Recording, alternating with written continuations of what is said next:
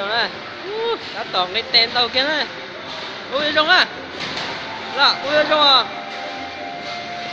Ôi rong à.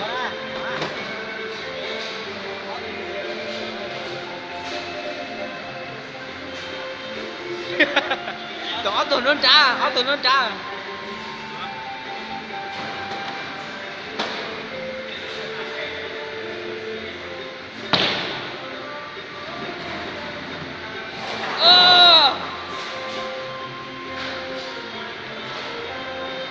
Căng cờ ạ, có căng cờ, có căng cờ.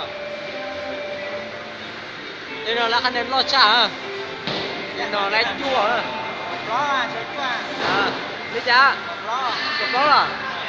Đây là lấy cục ló à?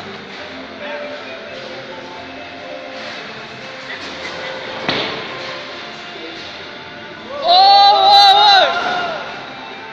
Tàn trò, cái chân lên cờ lên à? Có chẳng à, cái nó. Vậy vậy à? Đây. Tôi ra ơi.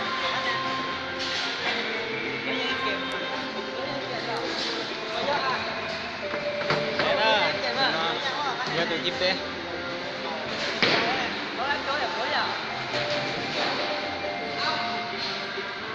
Rồi đó.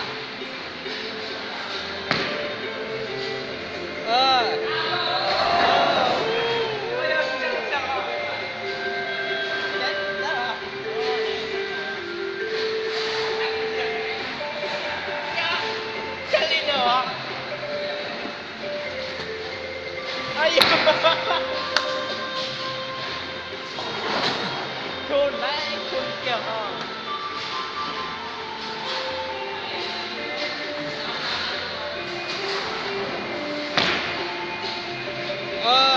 Làm cho, chú ý.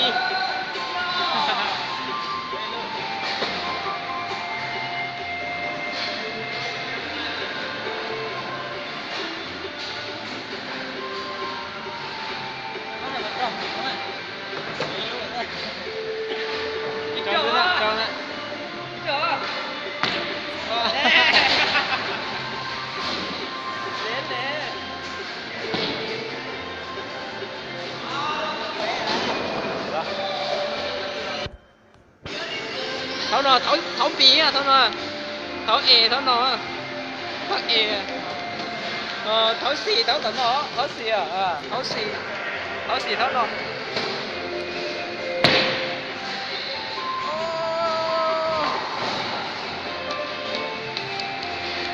Chú ý sao?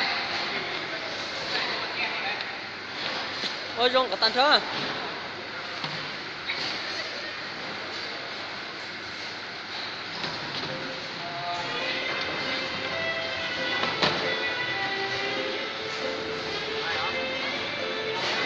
Có trò mà đó.